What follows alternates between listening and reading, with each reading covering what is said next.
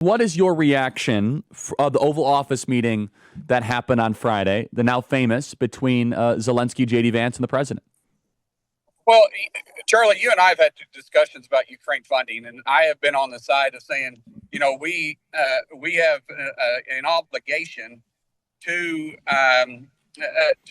Ukraine because of the Budapest Memorandum signed in 1994. The problem is that you don't bite the hand that's feeding you, and it's very frustrating to me when you start having the president, Zelensky, who has to have us, disrespect the president and the vice president in that manner. There's no excuse for it, and at this point, it's not our issue. It is the president's position, President Trump's position, to end the fighting. When that takes place, President Zelensky, who has to have us, has to listen, because we're tired of funding. The taxpayers are tired of funding. It's been going on long enough. There's no end in sight. There's no win for Ukraine here. How do you get out and stop the killing, which is what President Trump has made very clear he wants to stop? And then he's saying that he's not ready to negotiate. That's at that point, the President Trump did exactly what he needed to do: kick him out and say, "Come back when you're ready for peace." So what do you think is the path forward? Do you think that Zelensky should remain as leader of his country? Should he resign? I mean, this was a blatant disrespect to the United States, what happened in the Oval Office. I don't.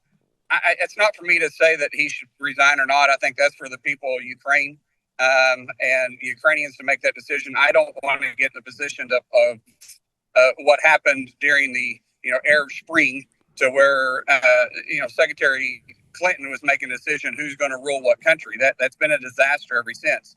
What I want to do is keep the taxpayer dollars going to what President Trump wants to spend them for.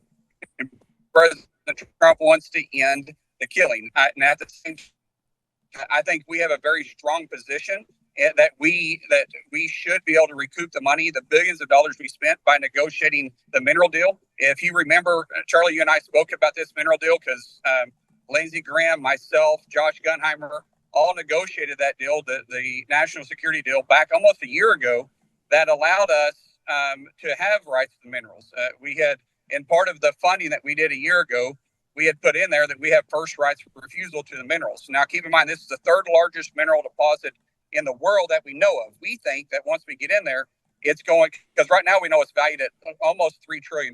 We think once we get in there and we actually are having U.S. mining companies using today's technology, we feel like once we get in there, it may be the world's largest deposit. Well, right now we're getting the majority of our rare earth minerals from China. So this would be a huge advantage for us if we were able to get this mineral deal done. At that point, it becomes a national security interest for us, which doesn't make any sense at all why Zelensky wouldn't want that deal done. Because if we're vested and we have a special interest in getting the minerals done, then that also becomes the national security for us, and we're going to have more people in there to be able to protect Ukraine from Russia's aggression. So Senator, I don't want to indulge too much in this, but do you think at the very least that Zelensky had a false sense of confidence because of the meeting beforehand? I mean, where would he get off like this? Because it was trending fine. It would have been a win for America, a win for President Trump. Our audience is perplexed by this. I think, one, he was used to dealing with the passive administration of Biden, who couldn't remember one sentence past the next. He hadn't dealt with a strong leader like President Trump and our Vice President J.D. Vance. I think he got in there thinking he was going to. I think he thought the media was on his side. What he didn't realize is America has changed. The narrative has changed. People are tired of it. President Trump made it a campaign speech, literally, that he was going to end the killing in Ukraine. And the American people they want to make that happen. What I don't understand is how the left is getting off on all of a sudden saying that they're for this war. I think it's a losing argument on their side. And plus, Zelensky's got a bad read on politics. Keep in mind, he went to Pennsylvania and campaigned for Harris. Vice President Vance brought that up, and that still is a sore subject.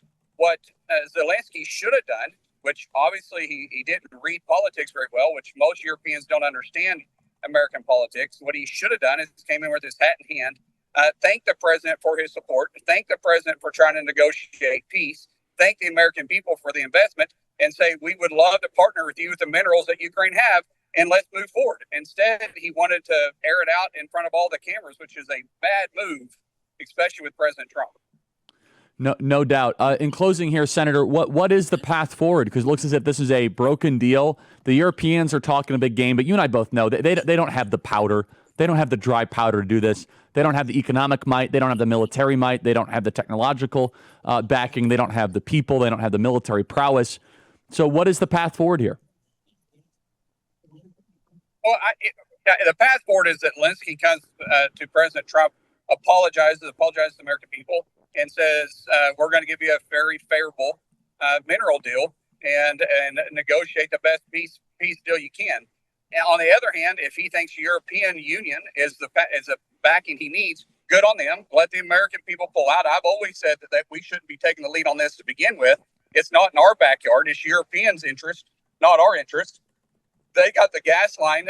Ukraine, remember, has the second largest natural gas line going into Europe. And if they want Russia to control all the gas to Europe, which means they'll control the entire economy, then that's on Europe. And so if Europe wants to take the reins here, if Europe wants to think they can fight this war without us, great. It hasn't happened the last two times they thought they could do that. We had to get involved. But if this is one they want to do, then let America take a back seat and have at it.